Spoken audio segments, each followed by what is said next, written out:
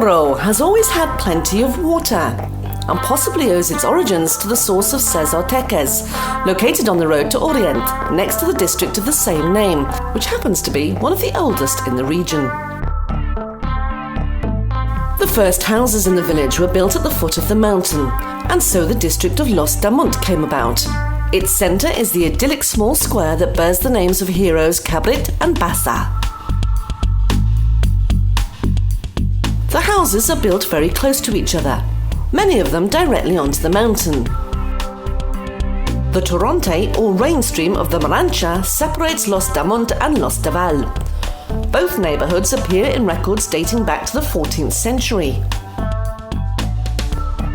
Also at that time they began building the church, one of the oldest on the island, dedicated to Saint Bartholomew.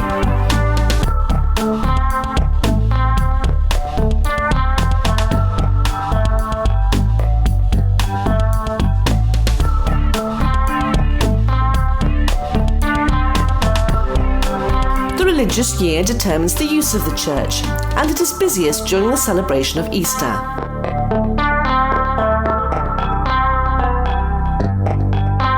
The history of this small town of about 4,000 inhabitants is closely related to the history of its castle.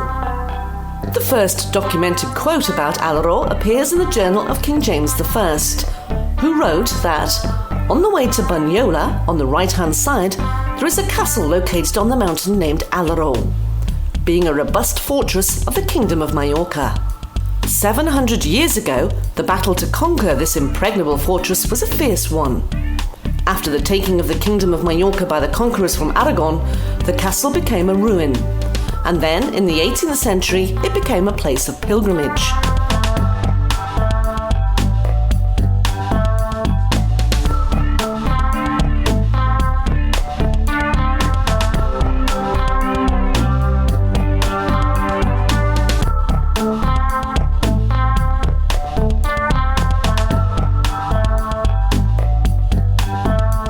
During the time of Franco's dictatorship, Alaró was a quiet town. In bars like Protectorores and Casino, the elderly men played card games, whilst the women could be seen in the early hours carrying huge laundry baskets to the laundrette. They spent all morning chatting and exchanging news. I wonder what has changed their lives more, the washing machine or the many bars that have now been opened. In the late 70s, the first pub opened called The Machine. The tables were made out of recycled sewing machine parts.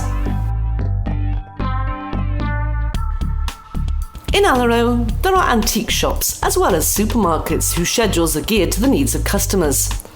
Canbu is one of the legendary shops where you can buy everything you need in a home, from mothballs to fly swatters.